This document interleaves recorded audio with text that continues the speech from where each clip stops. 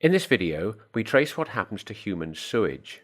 More than a third of the world's population does not have access to toilets that ensures human waste is kept separate from human contact. In consequence, millions of people die every year from waterborne diseases. Where they do have access to toilets, most people have adopted the flush system, where clean, purified water is used to carry human feces and urine away for treatment.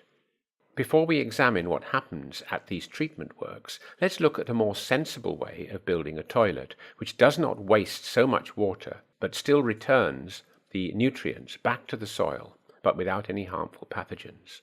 That's microorganisms which cause disease. A composting toilet does just this. Currently, they're used where there is no water supply or sewage disposal. But if they replaced the flush system worldwide, huge amounts of energy and water would be saved. They work with aerobic bacteria, that is, those that need oxygen, and you end up with the fertilizer that is pathogen-free and ready to be returned to the soil. In flush toilets, the human waste is mixed with fresh water and sent down the sewers to the sewage works. The main task is to separate out the waste and the pathogens from the water, so clean water can enter the river again. Here are the stages. First of all, screens take out large objects that may have fallen into the sewers. Then the sewage flows slowly to allow grit and gravel to settle.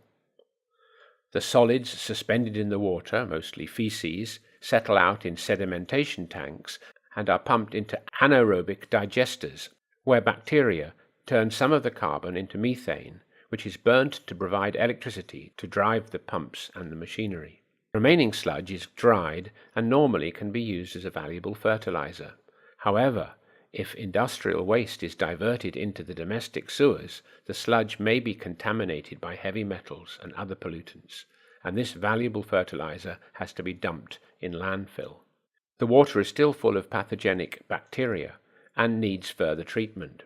First, air is bubbled through the water, promoting the growth of aerobic bacteria. Then the water trickles over stones where other animals feed on the bacteria. Further sediment tanks capture more sludge, and finally the water passes slowly through reed beds where any remaining pathogens are killed by the oxidizing conditions, and the water rejoins the river or is pumped out to sea. So to summarize, less than 2/3 of people on this planet have access to a safe toilet.